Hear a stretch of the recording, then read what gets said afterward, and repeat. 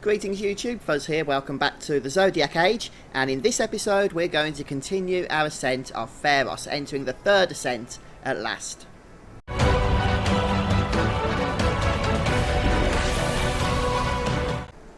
From the save point here then on 67F, we're just going to head to the Waystone, which should hopefully take us to the next area, and the next area can be a little bit complicated, but once you know what you're doing, and I'm going to explain it to you, it shouldn't be too much of a problem at all. And as always, there's going to be just a few items for us to nab as well, so I'll show you where we can get those from as well. So this is Third Ascent, Meat of Dynasty.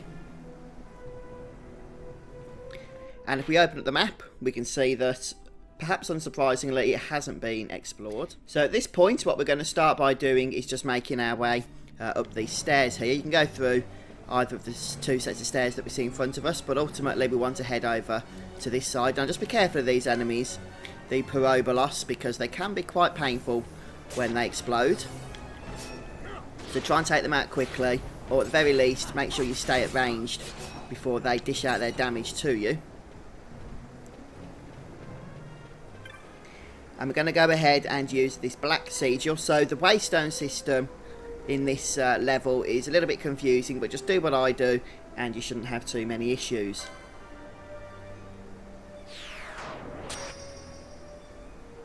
So once we've used the black Waystone, it's going to take us over to this section. Okay, so that's the southern section, south even, well, east really, of where we just came in. And then we're going to start by just moving on around here, just checking for treasure chests as we go as well.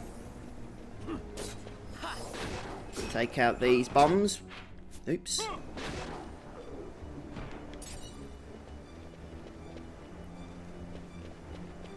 Just keep moving across. We'll speed things up a touch, but not too fast. Just check for chests. There's one. 372 gil. Well, I feel rich now. And there might be a secret wall we can break through. There's one here, yep.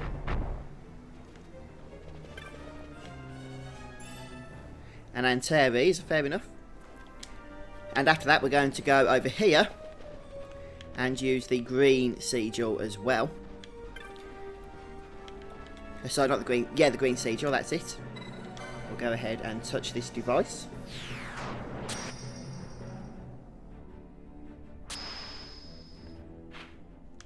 And that puts us up north. There's actually another chest I believe we could have grabbed. So you might want to just head north before grabbing that particular green vigil there, because there is flare, which is probably worth grabbing in all honesty. The white robes, very nice. So as you can see, there's lots of nice treasure to grab here. We'll make sure that we do try and get as much as possible, if not all of it.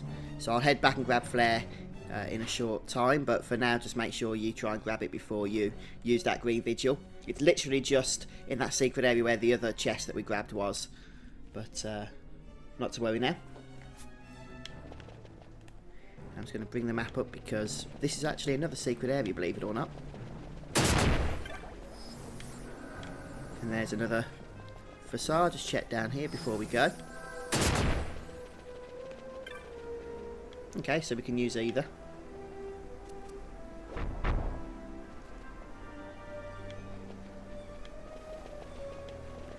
And that's the other one, no doubt.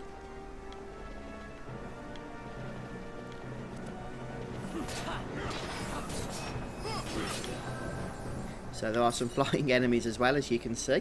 So we're going to go and examine the red stone here, the red sigil.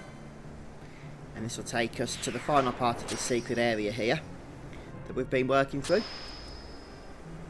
And there's a couple more of these enemies to take care of. And a treasure chest as well. Don't forget, on flying enemies you can use thunder magic. Thunder guard works great. Or telekinesis if you prefer. Down they drop. Go ahead and nab the treasure here for an Ultima Blade. Very nice weapon, but for me, because we've been farming such nice items, it's actually not going to be of any use.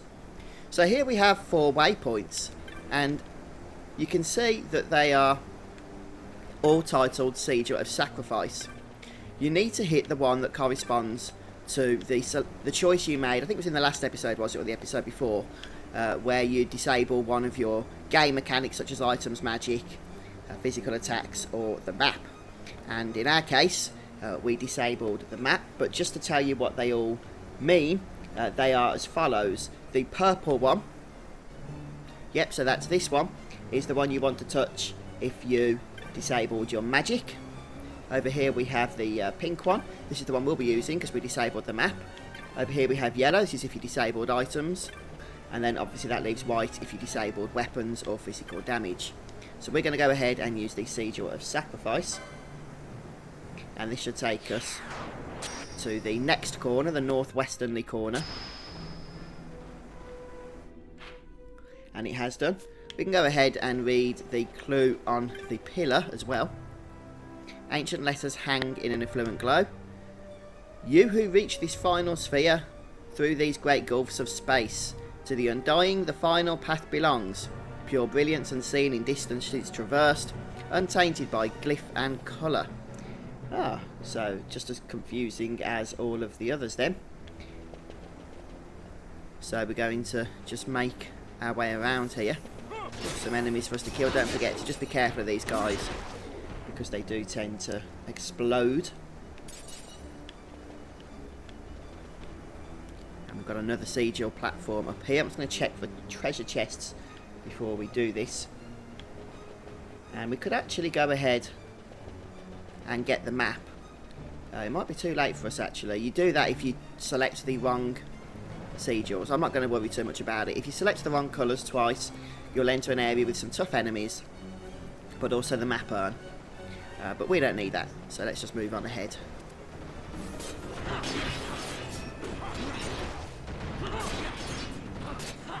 Take care of these guys. Get our suits of charger binding, or whatever it is that you want to call it. So, interestingly, the pillar thing told us that we want to go colourless, but all of these are colours. And if we use them, we're going to get zapped back. So we need to actually find a secret area, and I believe it's around this section here, so we'll leave that. I'm going to head up here, and there's a fool's facade, so we're going to go ahead and crack this open, I think. There's a trap here as well, so just be careful about that. Or not, as the case may be. And there's a clear waystone here. This is the one that we obviously have been called to use. There's a treasure chest as well. We'll go ahead and touch this, and this will take us to another platform. It's also possible that it can take us to a rare monster. It has done. I did not expect that. It's only got a 20% chance to spawn. But if you do get this guy, then note that there's a 1% chance it can drop the Grand Helm, which is a nice item actually. But that's rare, so just make sure you dispel it anyway, since it's going to be hitting with quite strong spells and whatnot, and physical attacks. But if you're low level, make sure you buff up with Hastagar. And we've got an Arcana, so I didn't expect to get the Grand Helm and a 1% drop chance. But that is Tower, so he's a rare mob, and he spawns here with a 20% chance to spawn. And here we're just going to climb up the stairs, and at last we have another lift. And we're going to select 90F. And just be warned that this is going to take us into a battle. As a matter of fact, we don't even get a chance to rest, so you might want to prepare before even activating the lift.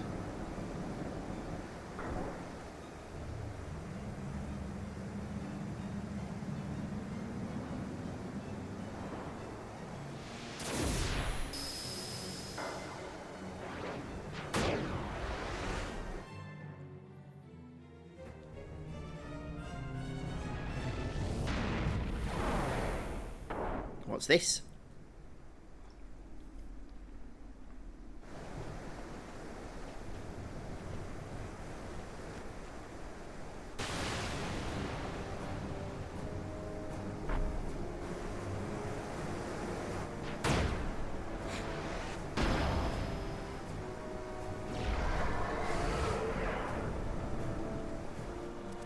Say hello to Hashmal, who is an Esper, and we're going to go and take care of him now.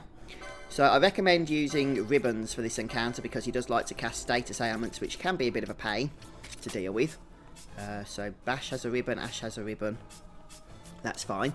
And you're also going to want to make sure you cast Float because he does have some earth attacks as well, which you would otherwise have to deal with. And you probably don't want to have to deal with those. So I'll make sure that Float is ready. We're also going to cast Berserk on Varn for the extra damage and Decoy on Varn as well. And then we'll just get some buffs going and hopefully we should be good to go with this encounter at this point.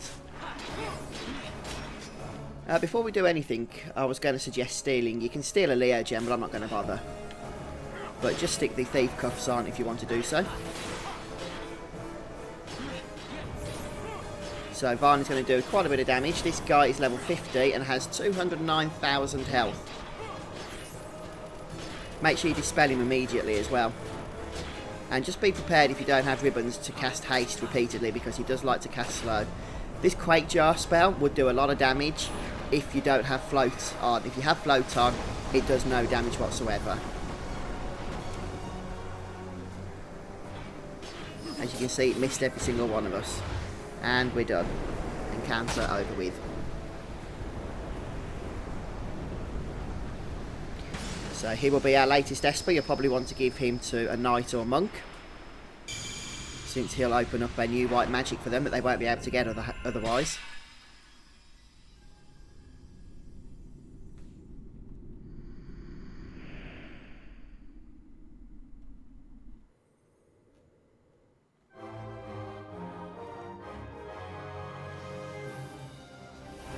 And so we obtain our next Esper. And we're very close to finishing our Esper collection as well.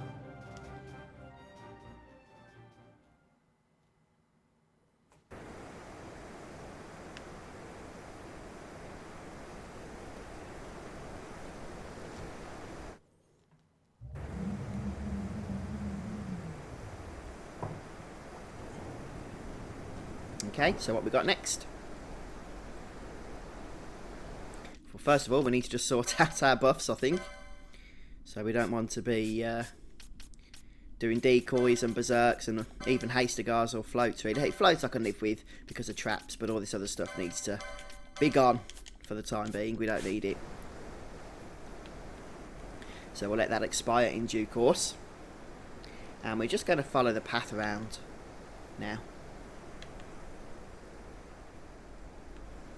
There's a couple of chests we can grab on the way, but this is just a linear path. It's just quite a long one.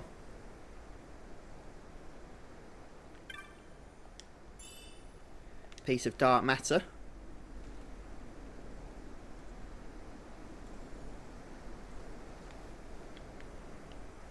It's going to speed things up quite a lot, in fact, since we do have to travel all the way around this place. Now we get a cutscene as well. The mist grows greater. The sun crest must be near.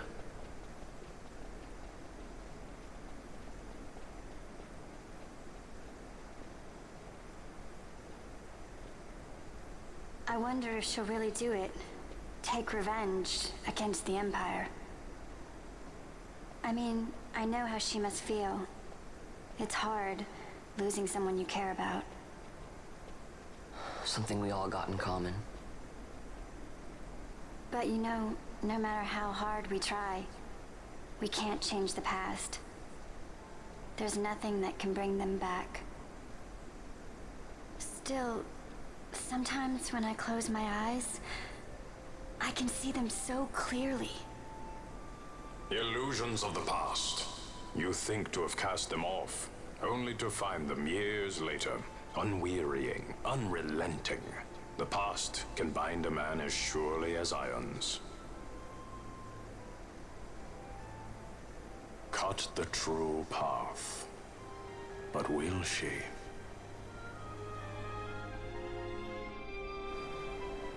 Right, after the cutscene then, we're just going to continue on around. And it looks like it's actually carried us automatically to this point. I did not know it did that, but I'll take it. And we have a save point, so we're going to be finishing off the episode here today. One thing I will say though, it's probably a good idea at this point to create a master save file. The reason for that is we're about to go ahead with some more events when we proceed into the next area, and that's going to culminate in Red Ass leaving the party.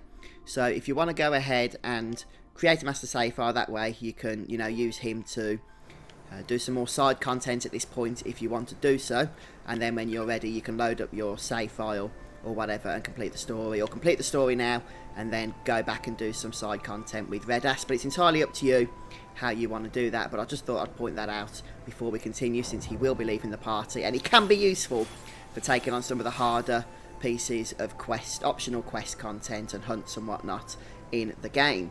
But thanks for joining me today, folks. So if you enjoyed watching, please do leave a like for me and come back soon and we'll continue on with the Pharos. Until then, folks, take care. Goodbye.